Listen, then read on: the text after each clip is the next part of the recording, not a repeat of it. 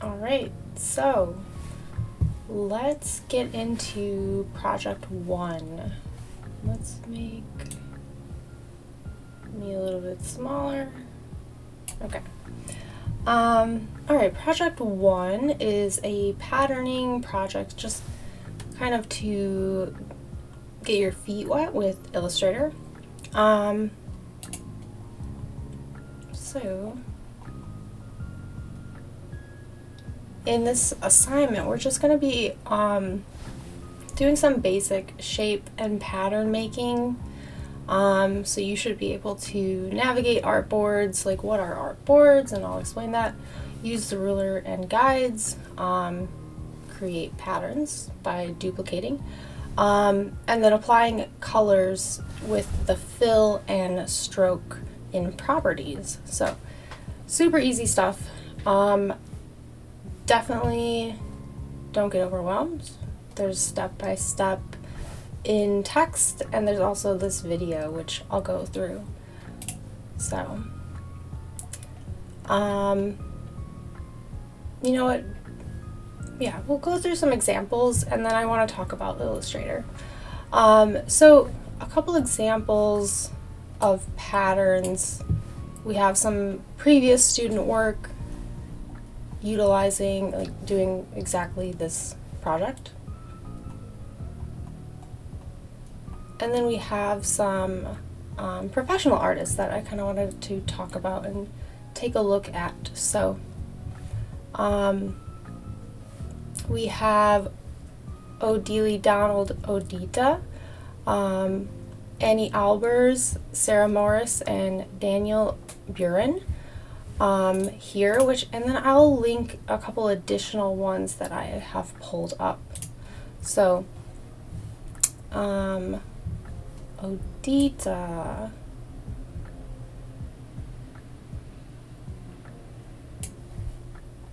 here are some of their patterns, which they use a lot of colors, you know, same shape repeated but different colors applied to each. Lots of vibrancy, and you know, there is a lot of asymmetry there's a lot of symmetry in this one, and then there's ones that are a little bit more asymmetrical. Symmetrical, asymmetrical, but yeah, use of like these very sharp compositions. They feel hot, like highly energetic, almost playful, and I think a lot of them are paintings, but I think they would serve well as textiles. When I think of patterns, I think a lot about textiles and weavings. But the next example we have is Annie Albers, who was part of the Bauhaus movement in the 20s, 30s. It was pre-World War II. Yeah, pre-World War II, because I think they dissolved after that. But Annie Albers does a lot of textile work,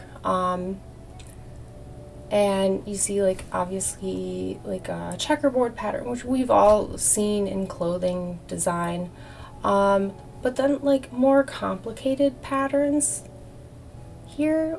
I don't want to say complicated, but use of additional shapes, but still repeating over and over. Lots of symmetry here, right?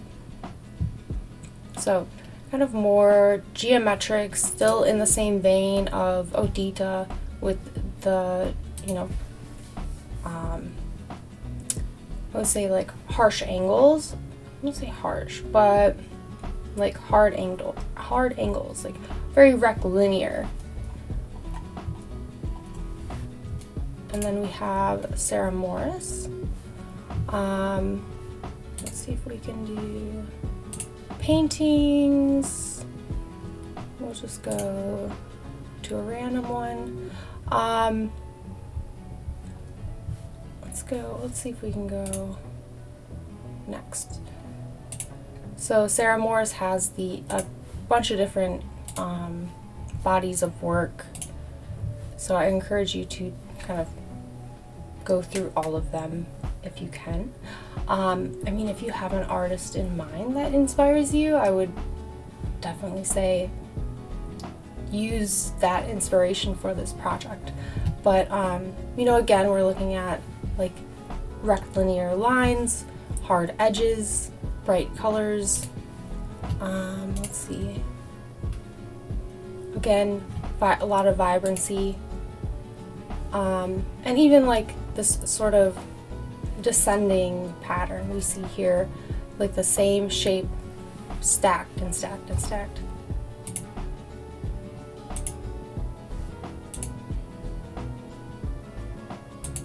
So more paintings.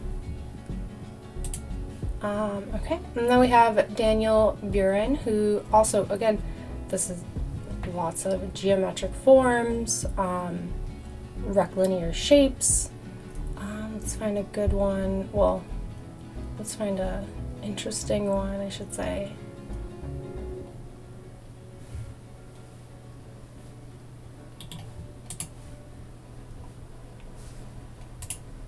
Oh, let me zoom in. So, use of the entire wall, but having this, you know, this cube or square repeated, but within the square itself, we get a little bit of variation with sort of creating a more asymmetrical interest. So you're, I mean, it's a little bit more surprising to see that this doesn't match this, which doesn't match this, and so on.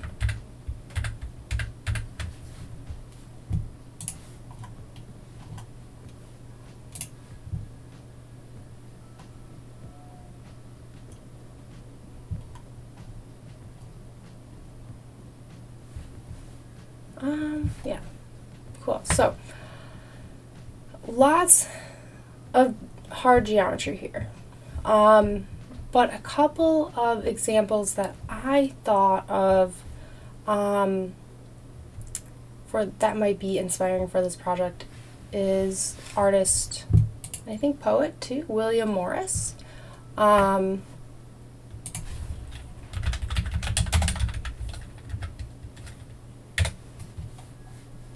Who, he's dead, but his company still produces his designs. And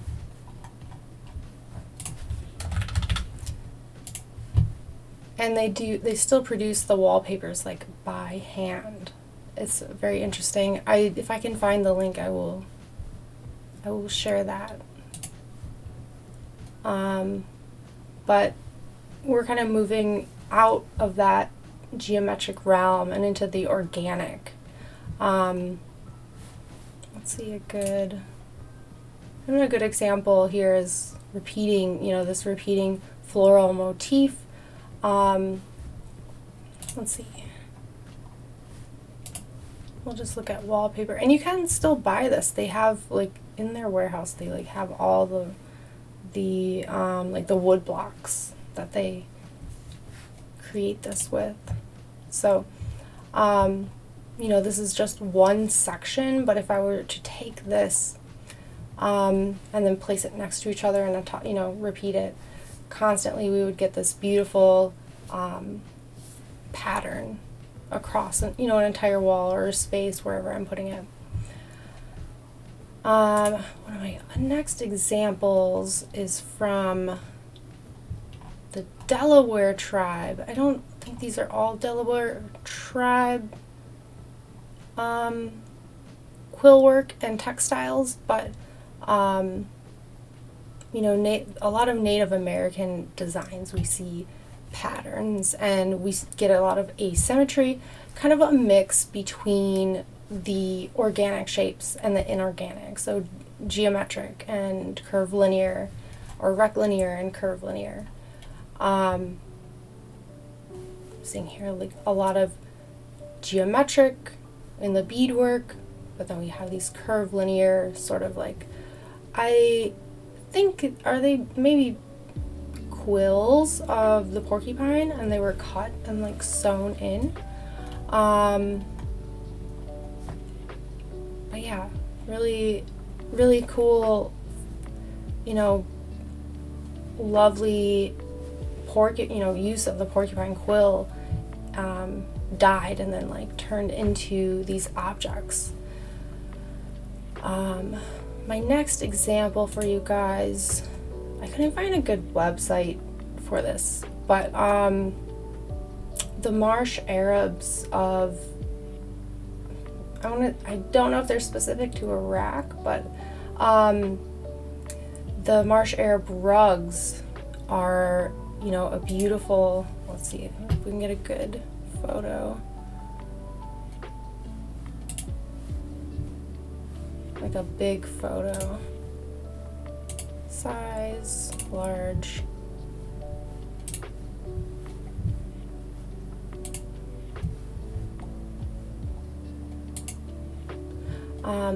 But here we get this, again, mixture of curvilinear and rectilinear, and then motifs of, you know, animals or people, houses I've seen, and it's, you know, repeating, and then that, you know, use of different colors throughout to sort of like break up the pattern, but, you know, not sort of bore your eyes. Like there's something everywhere you look on these rugs, and this is just one example, but everywhere you look, there's like a little bit of difference. Like this motif, like leaf motif, is like slightly different than this leaf motif. Like they're not mirrored. You know, they use the similar colors, not the same. But really cool and beautiful textile designs. And yet I will link these, not the Etsy page, but I will link these for you to look at. My last example is Charles McIntosh of the Glasgow School.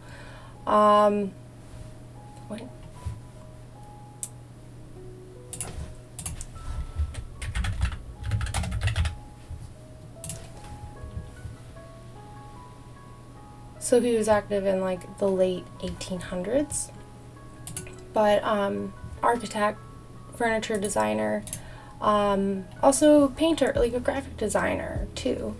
But he has these beautiful patterns that, you know, show up in his furniture. Very simple. But then we have some prints. Here's a good one. You know, semi-floral motif, but the same shape with this like circle, and then another petal that connects to this center of this flower, and then a little star flower in the center. There's a really good one.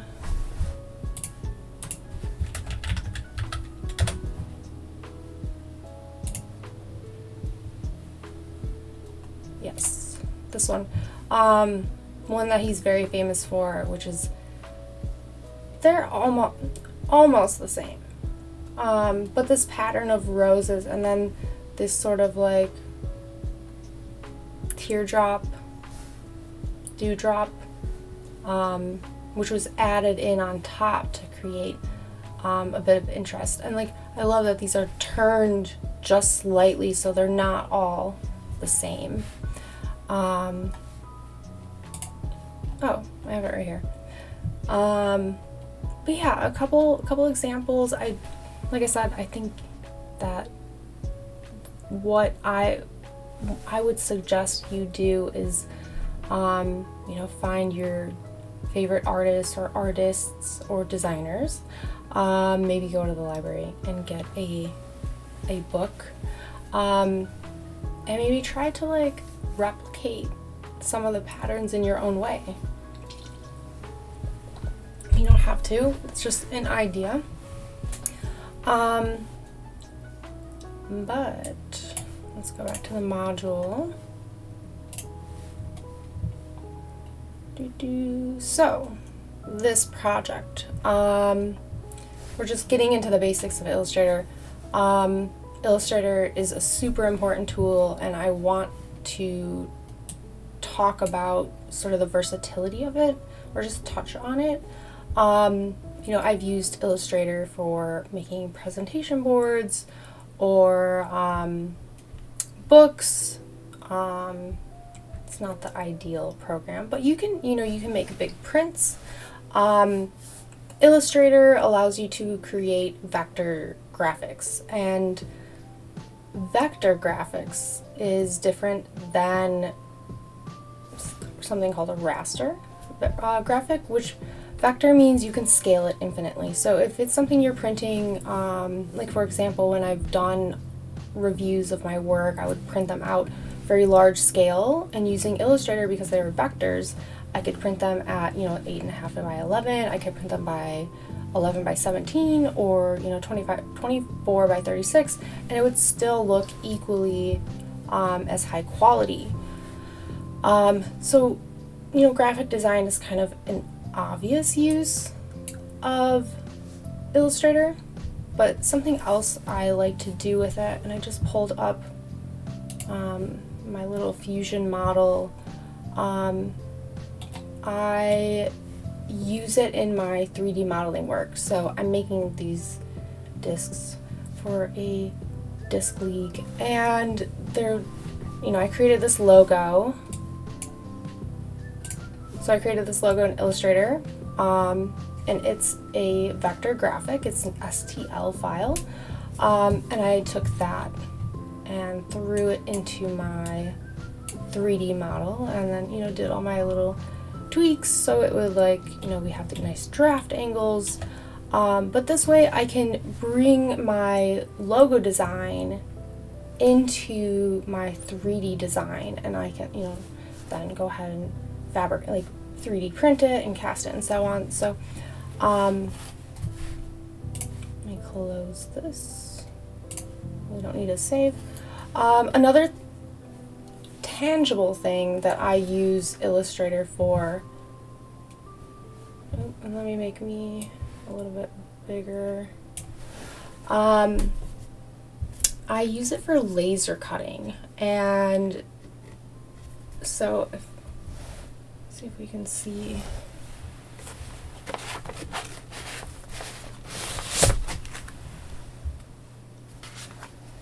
So this is on a clear piece of acrylic, but created this design and then etched into the acrylic, all done in Illustrator. Same design,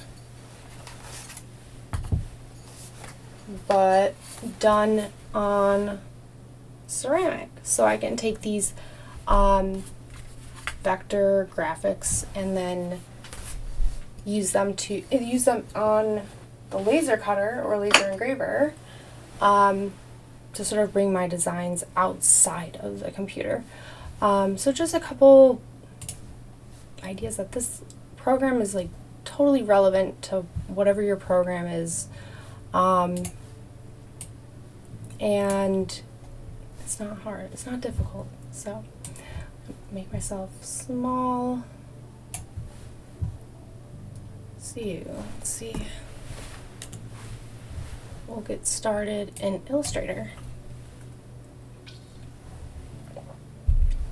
So for this, we're making an 8x8 Illustrator document using rulers and guides, and we are creating shapes. I would just sort of ignore geometric shapes. Create shapes. We're creating shapes, and we're duplicating them, and we're making patterns with them. And then we're coloring them. And then we're going to do that 8 times to make a sort of family of work. Your patterns should be all different, and they should look like they come from the same family. Maybe not brother and sister, sort of, but cousins. They should look like they belong in some they belong together at some capacity, right? So use of similar colors, use of similar shapes, whether you're using tiny circles or big circles, it's up to you how you want to relate these together. So let's get into Illustrator, and we're going to create a new file. And I already have mine set up, but let's pretend I don't. So this new document will pop up when you do new file, and we want to set up what it's going to look like. Is adjustable. If you make, if you accidentally just create it without putting in the proper numbers, we can correct it later, but it's just easier to start here, get it right the first time. So preset details, I'm just going to call this patterns module 1. I don't care. Your name, probably, maybe. Then we have width and height, and we want to make that 8 by 8 inches. Now your unit of measurement is right here.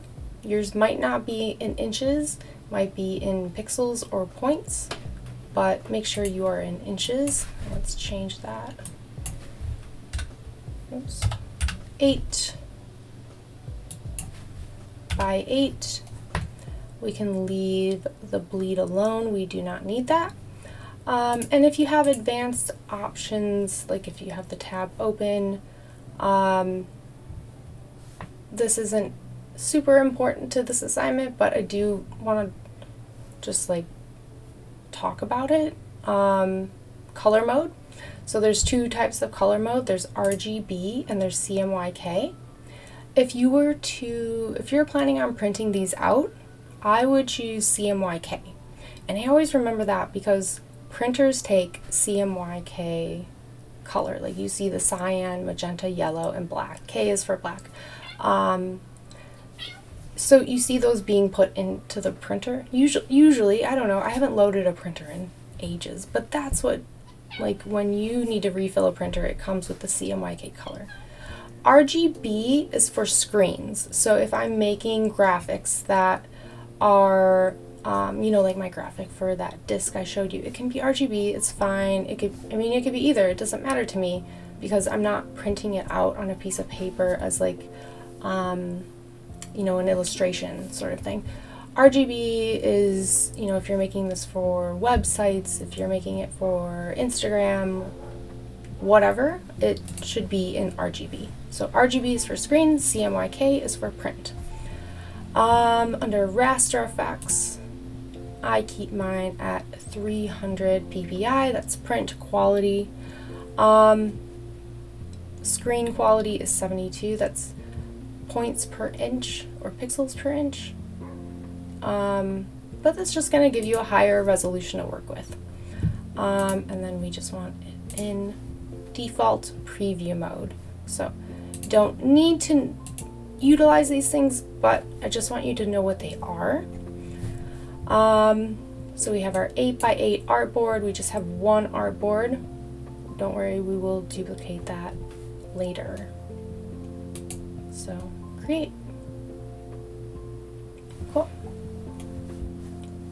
So I am going to zoom out. I'm just doing hotkey Z and holding either Option or Alt. I don't know if you're on Mac or Windows. Windows is going to be Alt. Mac is going to be Option. We can also zoom, so I'm still in the zoom tool, as you can see by my magnifying glass cursor. I can also pan my mouse left and right to zoom around. And then I can do hotkey H for hand, and I can move around this way, just clicking and dragging. If you have a middle mouse button, please use a mouse. Please don't be one of those trackpad only people. If you are on a laptop, it's brave. Mice are just, there's a reason we use mice. So I have my artboard. We know how to zoom, we know how to move around. But let's set up a couple things just quickly before we get started with patterning. So I'm going to go into, and if you're on Mac, Illustrator will have a drop-down menu at the the first here in our menu bar. But if you're on Windows, which I am for this computer, some of the demos will be on my Mac, some of them will be on my PC. So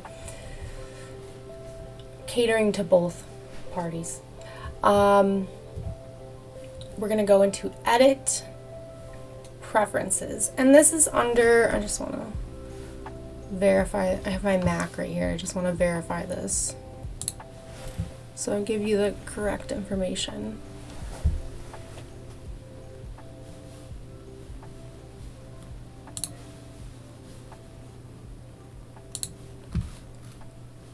Okay, so if you go to the top menu on your Mac, you'll select Illustrator and then Settings. But on Windows, it is Edit, Preferences. Yeah, that is weird that it's different. So Preferences in the drop-down menu, it will give you a whole bunch of things to select from. We are going to go, if you select any of them, it'll bring up the whole pop-up window. So, alright, so in Preferences, I'm just going to follow along on my Mac just to make sure everything looks the same. I'm giving you the correct information. Let's go into Units. Let's make sure that General is in inches. Stroke and type can be points. That's how I learned Illustrator, was type was always in points. Stroke was always in points. It doesn't matter if you want to use inches. But general should be inches because we want our ruler to be in inches. Grids and guides, I have mine set to cyan. I think that's default.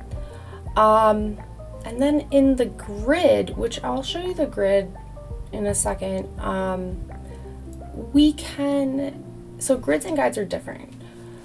Guides are something you pull out of the ruler and you create guides throughout your artboard. The grid will be sort of like an overlay, and I'll show you just once we get these settings finished. I have my grid set to a grid line every 2 inches with a subdivision of 1. That's because this is an 8x8 artboard, and we're sectioning it into 16 squares within that 8x8. So that means they need to be 2 by 2 inches, throughout. I think that's about it that we need to know for this assignment. So make sure your grids and guides, if you're using if you are using grids, is set up this way. My recommendation. So next, we want to make sure our ruler is enabled. So you see my ruler right here. And if I kind of scroll this guy over here, you see the 0 starts at the edge of the artboard at the very far left, and then the top. So we see it's 8 by 8 inches. And the way we make sure that our rulers are enabled, we want to go to View. I'm just going to verify this in Mac. Yep. So View, Rulers, and then that's without. Show Rulers. Cool. So you have rulers here. And I can create guides by just taking my cursor, and you see how it switches from the hand to the pointer.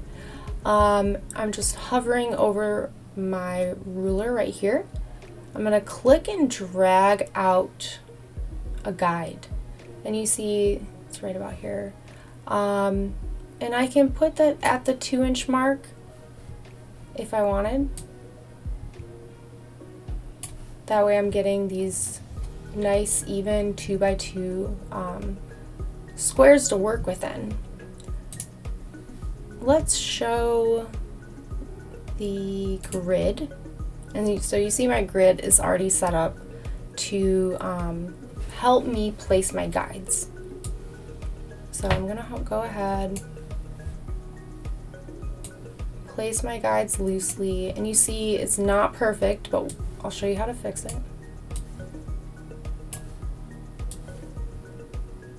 So my guides are on.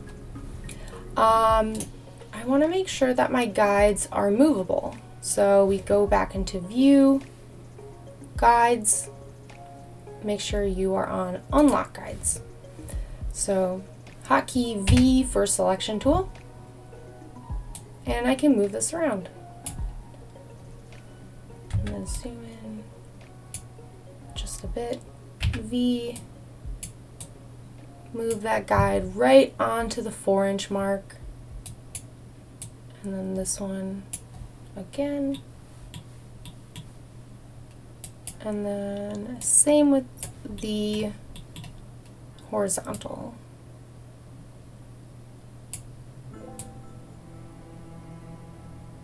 Okay, that looks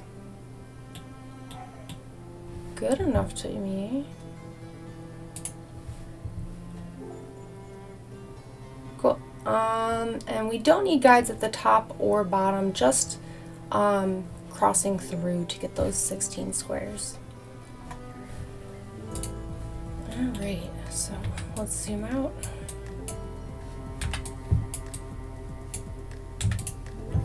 And I'm going to go into Guides, Lock Guides. This way I can't move them, do anything with them. You know, I can click and drag and move a bunch at once, like this. Let's go Control or Command Z to undo. So you can move multiple guides at the same time, but we don't want to move any because they're perfect. Okay, cool.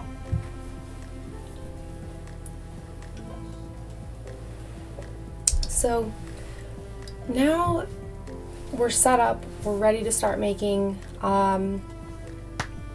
First thing I'm gonna, well, you know what, I'm gonna go through and show you a couple different ways to create shapes in Illustrator. And we will be using some of these tools to a greater extent in the future. But this is just like me showing you this is possible. If you want to use it, you don't have to. Use what you want for your pattern. So the first shape tool we're going to use is the rectangle, and that's hotkey M. I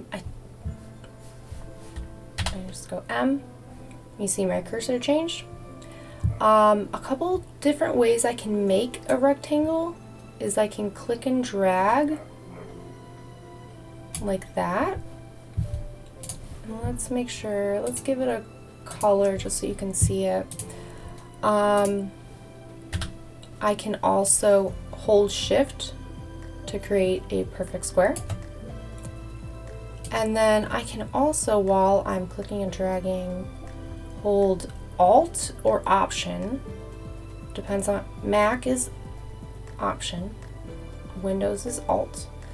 And that scales it from where you selected. So if I select right here, hold Alt or Option, and I'm scaling this from that center. And if I hold Shift 2, I'm scaling a perfect square from that selection point.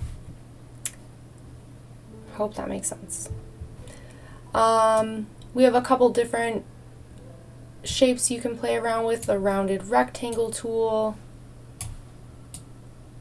the ellipse, which again, if you're holding shift, you get a perfect circle.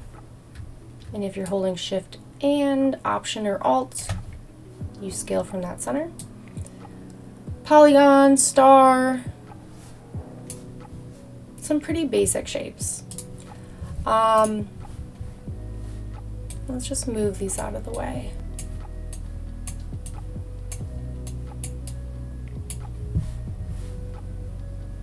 Next, I have the line tool. So line segment is nice, you know, creating things like similar to like this furniture design by Macintosh, where we get like repeating lines and then overlapping lines to create sort of like this like this funnel shape, this triangle-esque funnel shape within the design. So line segment tool is right here. Is there a hotkey for it? If you hover over the tools, it will tell you the hotkey. So it's a backslash.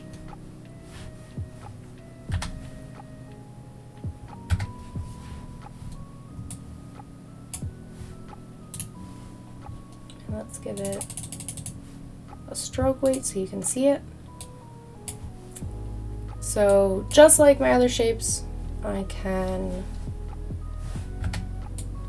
drag it to whatever length or angle I want it. If I hold shift, we will get 90s and 45-degree angles.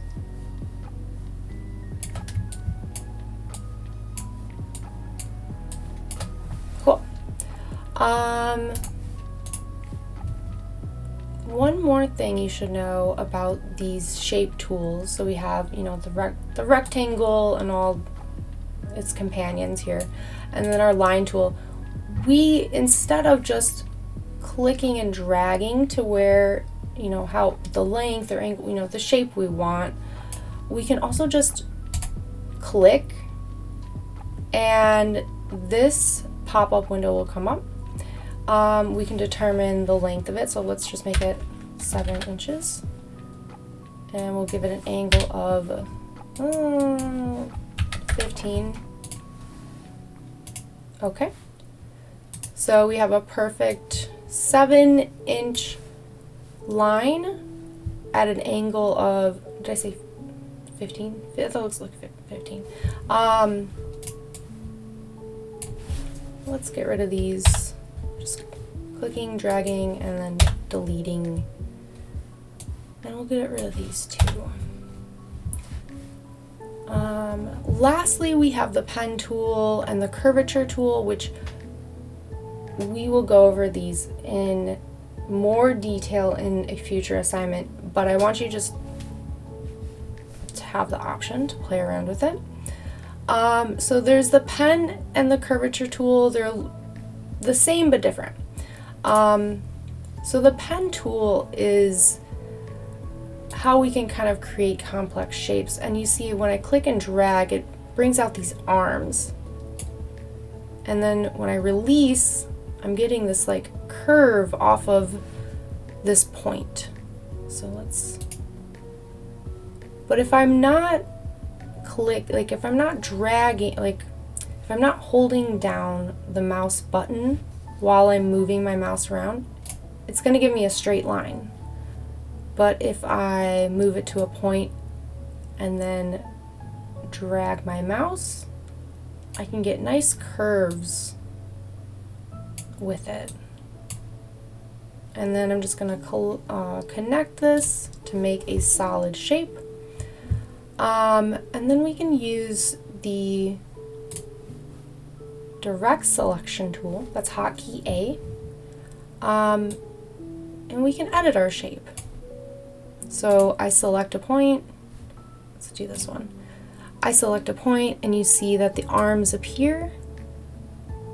So I can make it less curvy, or sort of like exactly how I want it. We also have the curvature tool, which I said it's this very similar to the pen tool, where the pen tool will give you straight lines unless you're holding and sort of dragging like that. The curvature tool, let's delete that. Curvature tool right next to the pen tool is nice because it'll automatically give you curves. And I can go in, I can double click some of these points to make hard edges. And I can easily go in and adjust the shape. So, yeah. So just a brief overview of what your options are for creating the shapes within your patterns. You're welcome to, stick with geometric, or if you want to do something organic, but make it easy on yourself and make it fun for yourself. That's really what's important.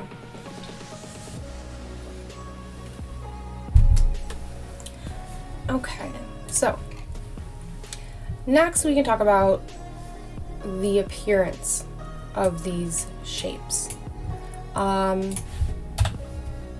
Let's keep this one. I'm just going to scale it down, click, drag, and holding shift to scale it down. Oop.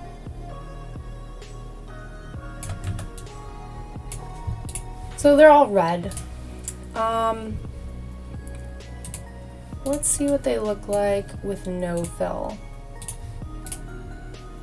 They're completely invisible. So I don't even know where to select, so I could click and drag and find them all. Let's give it a fill, let's give it pink. And actually let's go back. Let's take the fill away. Let's give it a stroke weight. So here we can select the sort of outline, the stroke, what the outline, how thick the outline, what color the outline. We can make it thin, we can make it thick. But another cool thing we can do with the stroke, or outline, however you want to refer to it, it is the stroke of the shape. Up here in our control panel, so if I have my shape selected, you'll see I can also adjust, the fill from here. Let's make it yellow. I can adjust my stroke, and I can adjust what kind of stroke, what does that outline look like. So right now it's uniform. You see it's pretty even, but what if I change it to something like that? Oops. So now the stroke has completely changed, thicker over here, thinner on the left side, creates a sort of more interesting and dynamic look. And we can give it fun different edges. So some options to play around. Let's just leave it uniform for now. And then we can also change what does that stroke look like. We could make it look like, a pencil or, paint. There's a couple different, you can make your own, you can download them, but you can change what that stroke looks like. So let's leave it basic, make it a little bigger, and we'll leave it there. So let's, I'm going to show you a couple more tricks with shapes before we get it into patterning. Let's give this guy a fill, and let's remove the stroke weight. Same thing here. So I have this half moon sort of shape and this square. Actually, let's make a more interesting shape.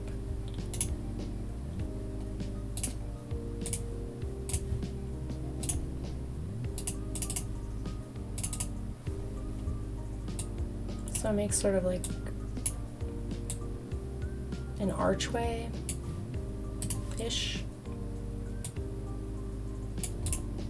Good enough. And I think what I want to do is I want to take this moon shape and cut it out of this shape. So right now, if you see, I move my moon behind my archway, or I want to move it on top. It's actually behind.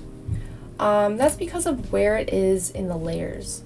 So layers are essentially how we stack objects, how we stack content on top of each other.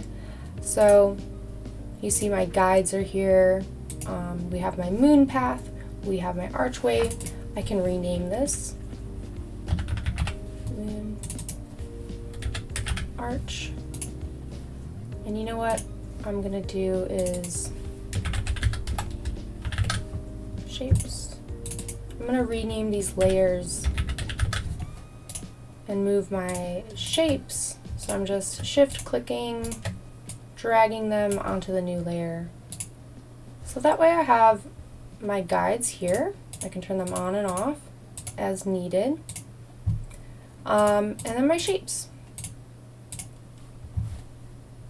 So the nice thing about layers is, or a function of layers, is if let's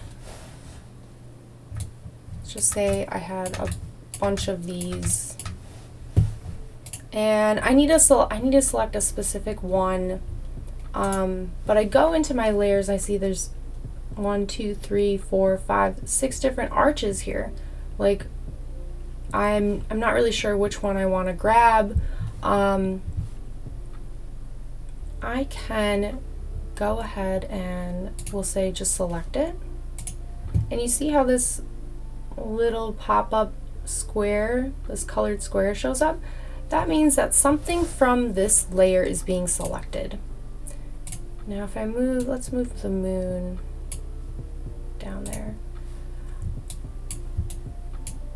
And if I select my moon, you see that the layer that the moon lives on is now has that colored square. It's a really good way of like not really losing track of your content, and also being able to select multiple objects at once. So what I can do is select these circles, holding shift to select multiple, and now I can select just these 4. And I want to do that. I just want to delete them. So let's move our moon back. But remember, our moon is behind our archway, and that's because we created the moon first. So everything that you create, the newest thing you create is going to be on the top of that layer. We can swap that around by just doing that, clicking and dragging it down. We can also do Control or Command and left or right bracket. So that's like the hard bracket. I'll try and put text up on this video so you know what hotkeys I'm using. But I can easily move things back and forth, like backwards and forwards through my layer. Another thing we can do is right click the object, arrange, send to back, or arrange, bring to front. So the order that your objects are in can be important. So as I said earlier, I want to cut out this moon shape from this archway. So what I'm going to do is select, click and drag, just make sure I select both moon and arch. And over here in the properties, you should have a pathfinder area. So this is a way of combining or intersecting shapes to create new shapes. So if I move this up over there and I do unite, now this is one shape. Let's go undo. Oops. Command or Control Z. Or you can also do edit, undo.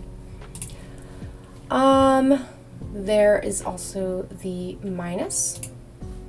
So you see I've taken that slice out of the shape from that bottom half of the moon. And we also have intersect. So where they intersect will be the only bit of the shape that's left. And then we have exclude. So exclude will exclude where it intersects. So we get this nice hole, but we still kind of maintain the shape of the, the two objects that I created. Okay, so back to base.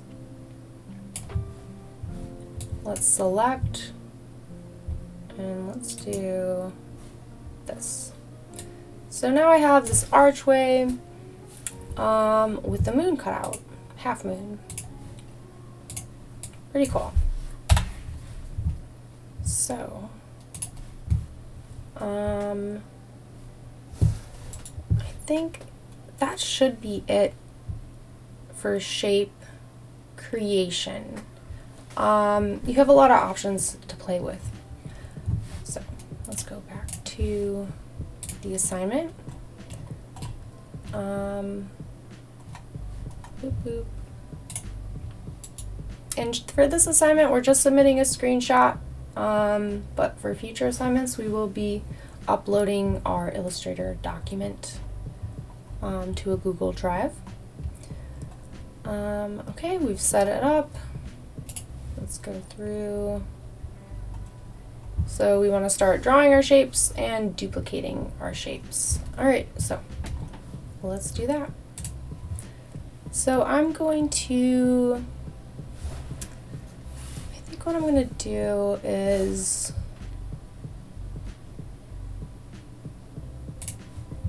I'm going to make a, I know it's so hard to like just design on the spot, but let's make something basic. So I'm going to make a rectangle, square, and I'm going to remove the fill, but I'm going to give it a stroke weight. I'm going to just sketch out some shapes here, and you can do this however you want. You can create your shapes with color.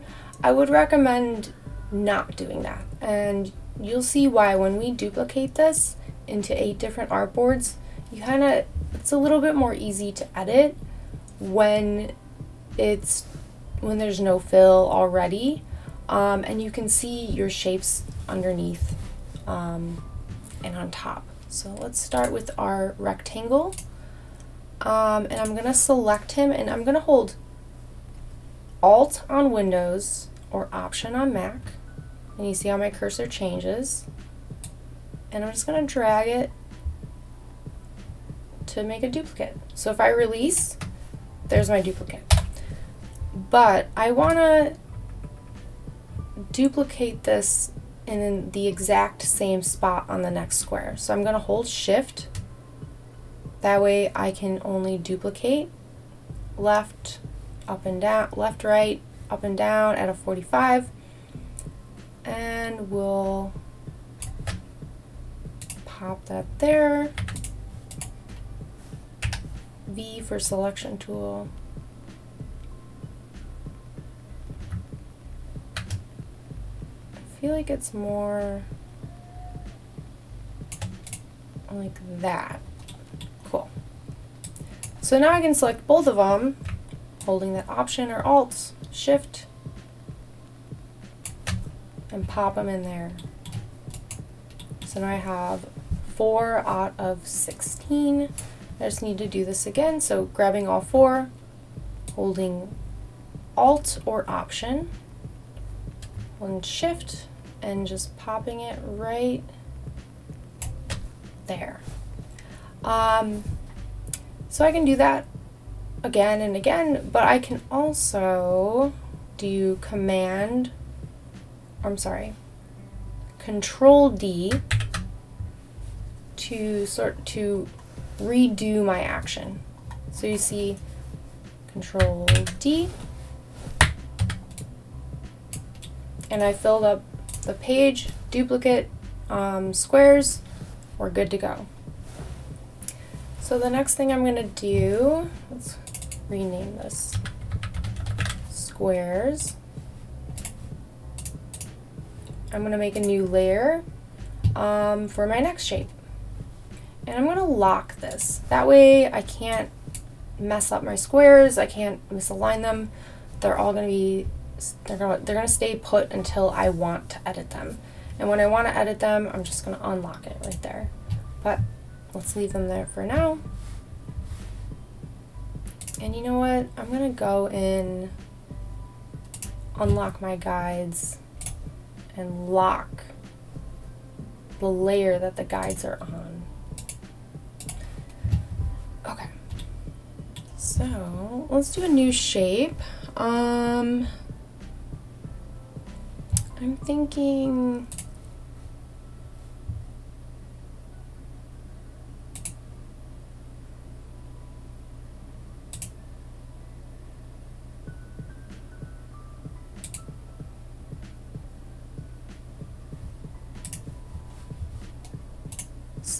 I should select a layer. Let's do something like a diamond. So I'm just holding Shift to get a straight line.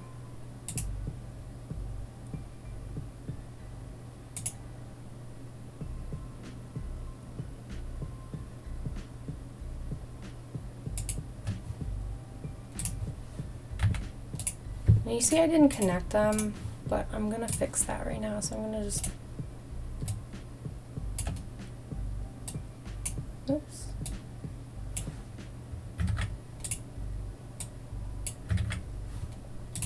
We need to use the regular selection tool to move it. And then A for the direct selection. So the direct selection tool is for path editing. So this is a path. Let's see.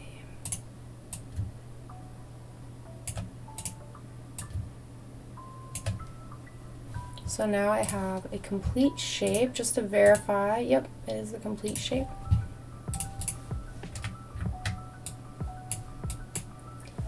V for selection tool. Let's maybe give him a rotate. And maybe scale him up.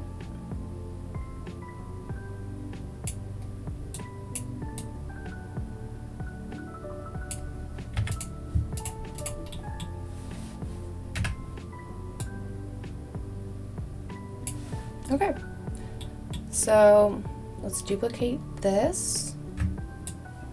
Clicking, holding Alt or Option, and I'm holding Shift as well. And now I'm going to Control D, select all these guys, Option or Alt,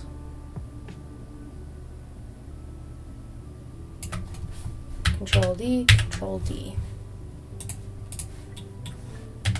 So at this point, remember, we're just sketching, don't worry about the colors yet. We're just kind of setting up our, like setting up our palette. Like if we were to, if you're imagining you're painting a picture and you have your paint palette. Like, we're just setting this up. This is the prep work. All right, so we'll call those diamonds. And let's do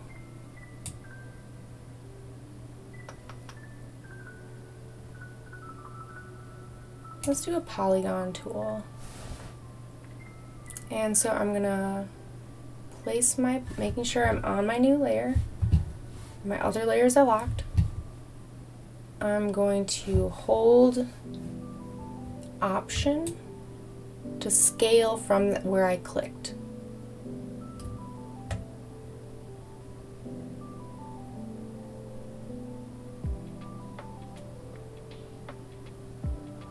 Let's do something like that.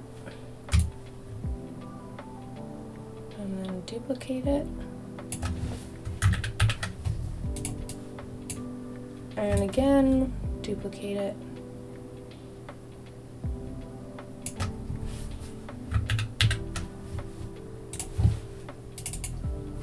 Oops.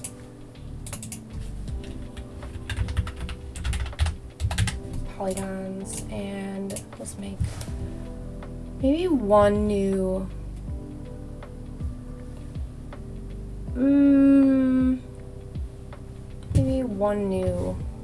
shape. Okay, we'll make a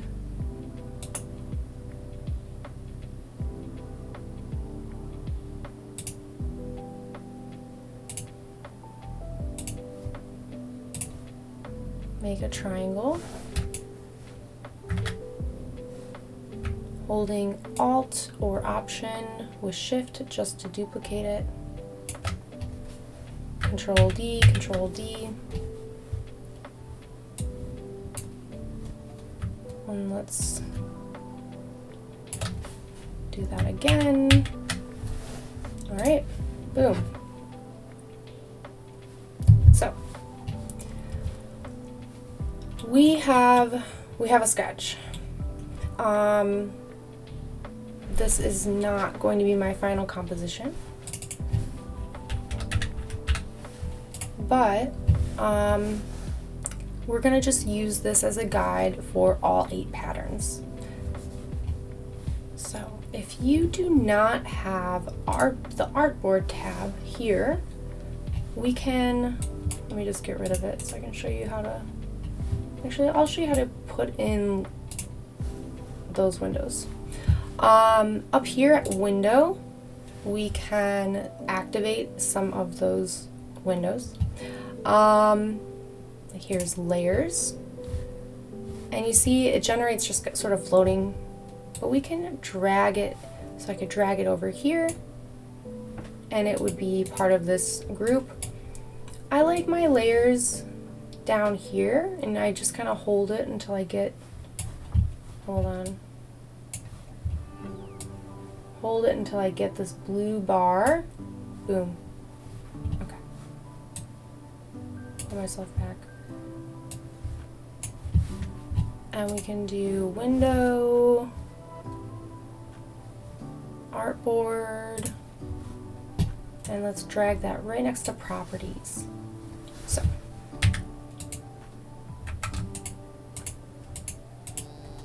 we have one artboard. I'm going to unlock everything. And I'm going to duplicate this artboard. So up here we have this little hamburger menu.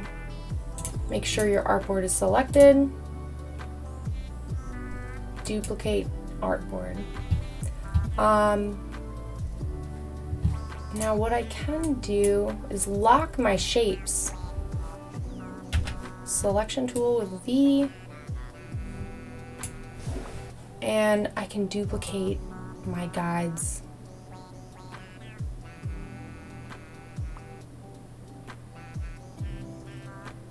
Super easy. So let's go ahead and, oops,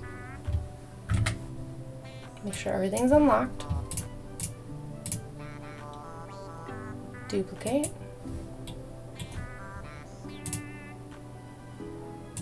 duplicate. And we will duplicate the guides. I'm holding Alt or Option.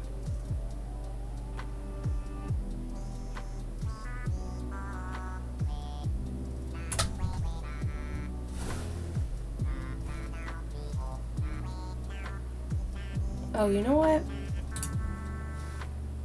My artboards are not aligned to my ruler. So what I want to do, because of this, I just realized that now my shapes are not aligned with my guides. I can go into the toolbar and select the artboard tool, and this will allow me to move my artboards around. So I'm going to select artboard 2, let's copy, and let's just move it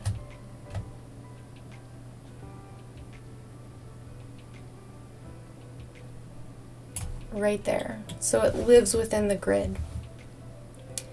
I'm going to do the same thing over on this guy. I'm holding Shift just to make sure he goes left and right correctly. And then let's move this one. And then what I could do, oh, I'm not going to do that because that will create an artboard.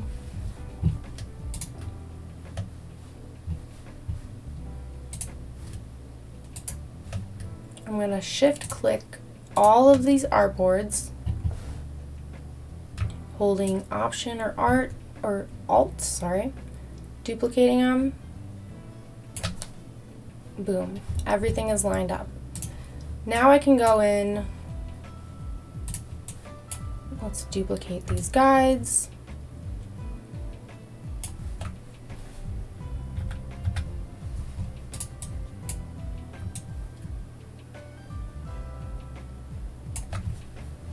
Control D, Control D. Line them up just as best as you can. You see my artboard is not perfectly aligned. So we're just lining it up, doing a little bit of moving and editing. Oops. Just making sure just that one's selected. Move our guides.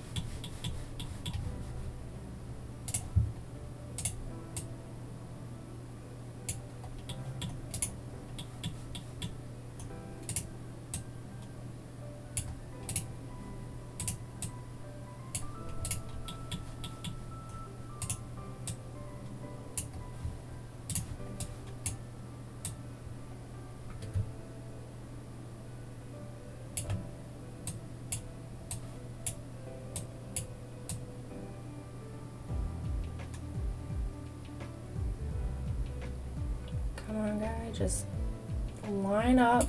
All right. And this one looks good. So, oops. So we have our 8 artboards. So your setup. From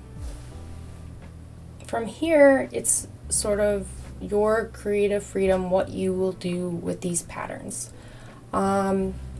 Whether you, we'll just start with one. We'll just start with these 2. I'm going to create one new layer and I'm going to call it background. So this will be my background color. Making sure it's selected. And I'm going to fill the entire artboard up just with like one color. Let's do like a gray. And then we'll do it to this guy, but this one will be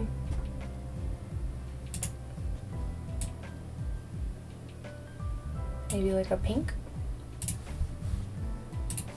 And then I'm going to make sure it's locked. So I would give all of my, I mean, you can leave your background white on some of them, absolutely. But this way we can utilize different colors and sort of create harmony throughout. So I could use like different shades of pink, or could like choose 3 different background colors, and have something for my shapes to sort of like pop out from. So between these two, you know, they look exactly the same besides my background color, but let's do just like a tad bit of editing here. Let's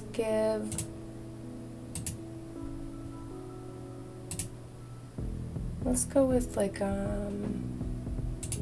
this blue. We'll use blue, gray, and pink. So I can, if I so choose, select all my squares by selecting that circle on the squares layer, and I can change them all at once. I can get rid of the stroke or leave it, up to you.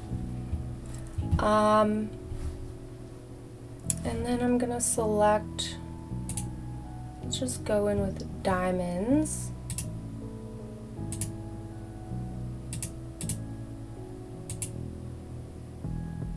Give it an orange.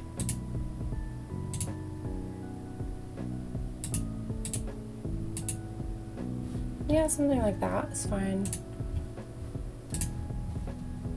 And then we'll select the polygons. Maybe like a darker orange. And no stroke weight. And then we'll select our triangles and do the same thing.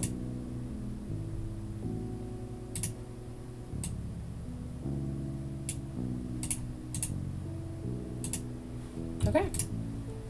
So I have a colored pattern so far. And I'm using more than 3 colors. You're welcome to use more than 3 colors. I would encourage you to explore, but your colors should match throughout. Ideally, or they should be close. They should be, like I said, they should look like they belong to a family. They don't have to be twins or brothers or sisters. They should be, you know, cousins. Like they kind of look alike, but like you can tell they came from the same artist. You can tell it came from the same body of work. That's really our goal, especially when we're creating multiples. So just starting with my square and my polygon, maybe we'll do some reduction.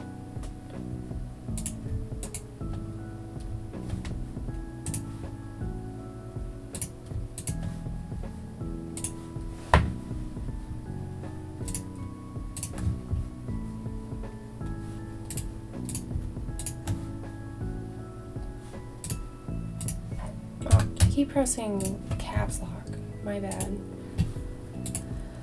And then maybe we take these squares, and you can work on one at a time or you can work on multiple at a time. It's totally up to you. I'm just gonna duplicate this.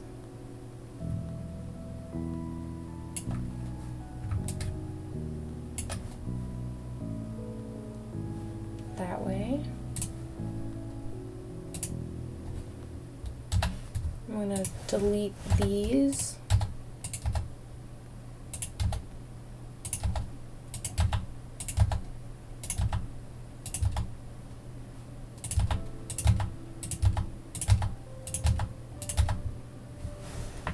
And then I think what I'm going to do is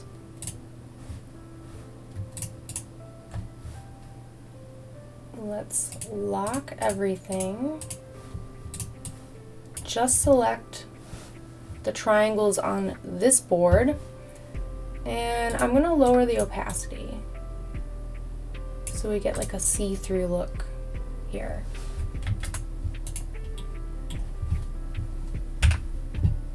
And then, because this overlap is bothering me, you know what, actually, I shouldn't nitpick. It's just a demo, right?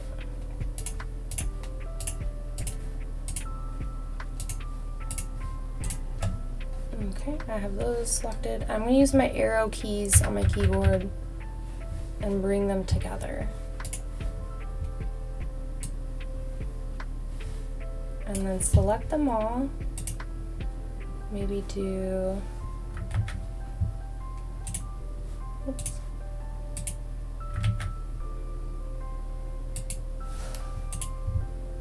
Something like that.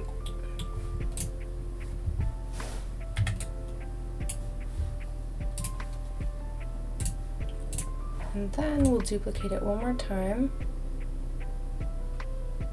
And because we have that low opacity, we kind of get this cool layering effect. So I'm going to scale it down.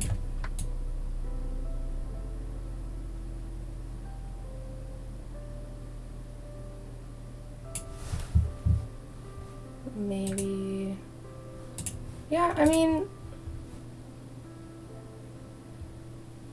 I'm not unhappy with it. So, let's work on the polygons. You know, maybe we'll change the color to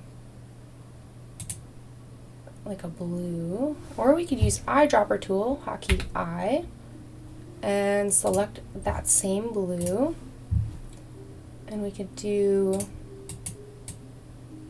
a lower opacity there. That's kind of interesting, like sort of flannel-esque. Yeah, so there's one done for me. A couple other things I should mention just before I end this demo. You know, we can entirely delete shapes, like I deleted those diamonds on this guy. We can also scale.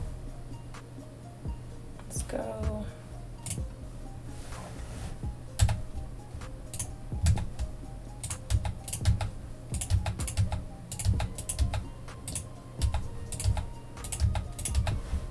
Yeah, we'll do it something like this. So let's scale these guys.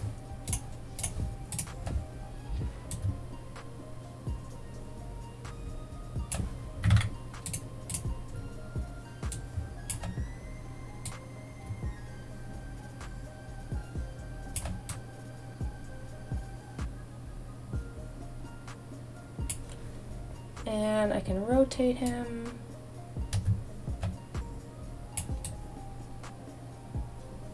Try and keep everything on the artboard.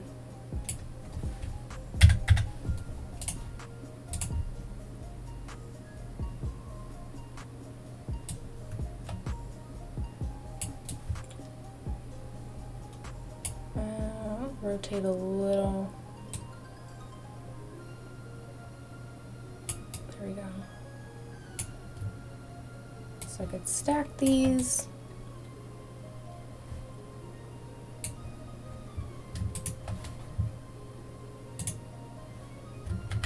Let's do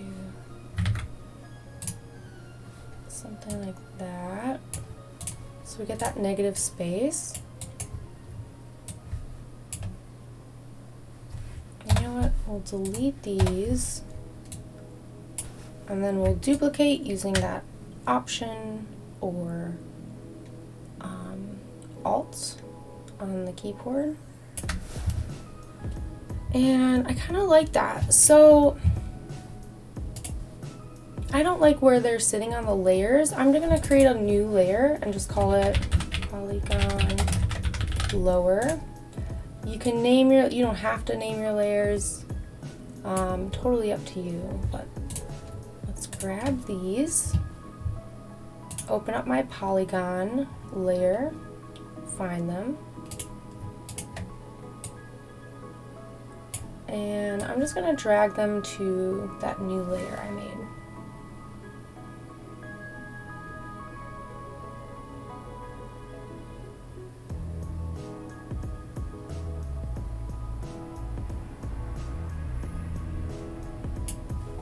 So I'm just going to move myself so you can see they're now there. I could layer them, put them behind the squares. I kind of like them above the squares. Put myself back. But, yeah. And then we can work with different colors. Oh, I have my, let's just select the squares. Maybe a different opacity, maybe a different color.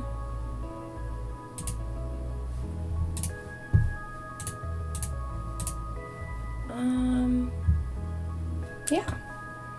Another thing you could do, instead of using like a solid fill, we could also do a gradient. So let's grab, nope, I want diamonds. Let's grab the diamonds on this one. And if I select any of these three, I can make a gradient. Let's do like a blue, no. But I can edit these colors too. So right here, if we select gradient, we can change the color and the opacity to get like cool, you know, shiny effects. We can delete colors.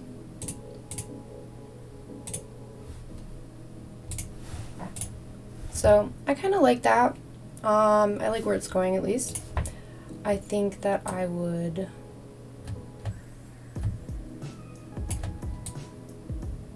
probably play around with it, probably play around with the composition just a bit more.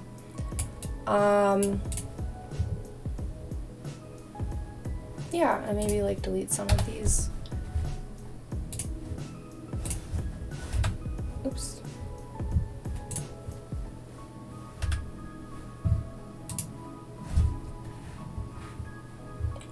I got it. Get rid of it. Okay. We'll delete that. And delete that. So, anyway, I could do this all day. Just playing around, but I have gone over just like almost all the tools that you can use. You can use, you know, just the rectilinear tools, or sorry, the rectangle, rounded rectangle, you know, just these preset shapes. You can use the line. You can also use the pen tool and the curvature tool to create more intricate or, you know, organic shapes within your patterns. You know, playing with opacity is great because we get another interesting effect. And then cutting, you know, using the, you know, using that, oh, they're all locked.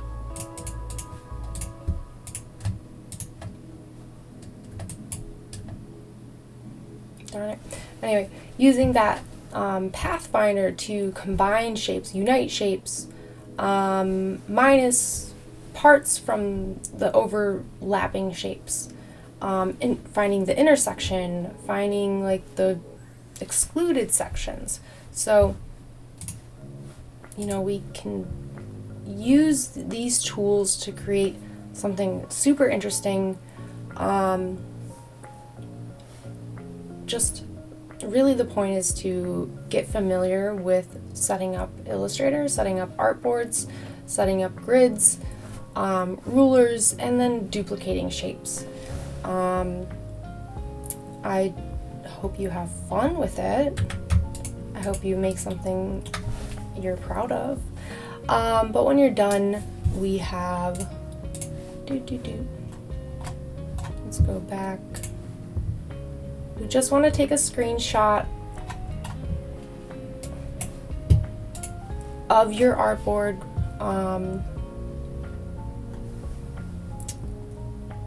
So on Windows, it's Windows Shift S for the snipping tool. On Mac, it is Shift Command 4 for that snipping tool. So I have a Mac keyboard on a Windows machine, but wait, hold on. Maybe I can do it. Yep, cool. So I can do the snipping tool, and I just want all my artboards, that will save to somewhere in my files, wherever I have my snipping tool images to set. And then that's what you're going to submit, is just a screenshot. In future projects, we will be uploading to a drive. So, yeah, that's about it. Cool.